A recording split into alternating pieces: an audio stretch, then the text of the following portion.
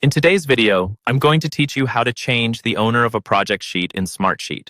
We'll walk through this process step by step so you can confidently update ownership whenever team members change roles or responsibilities. This is especially helpful if a project is being handed over to someone else, or if you want to make sure the right person has full control over permissions, sharing, and settings.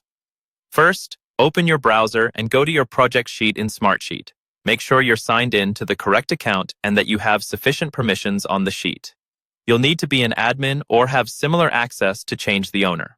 Once your project sheet is open and you can see the grid view with all your rows and columns, you're in the right place. Next, look toward the top area of the screen for the section that's highlighted in the guide. This is usually near the sheet name or in the toolbar where key controls sit. Click on that highlighted area. What we're doing here is opening up more options related to where this sheet lives and how it's managed. From the options that appear, click on Workspace. The workspace is essentially the container or folder where your sheet is stored, along with any related dashboards, reports, or other sheets. By moving into the workspace view, you can access higher-level controls for management and permissions, which is where ownership settings live.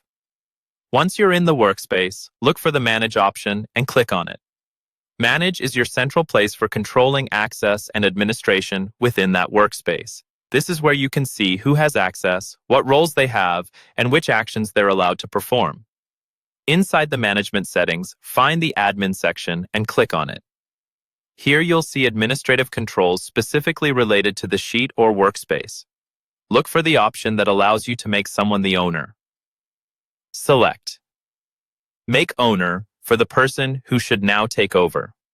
You may be prompted with confirmation messages to ensure you really want to transfer ownership. Carefully review these prompts, then confirm your choice.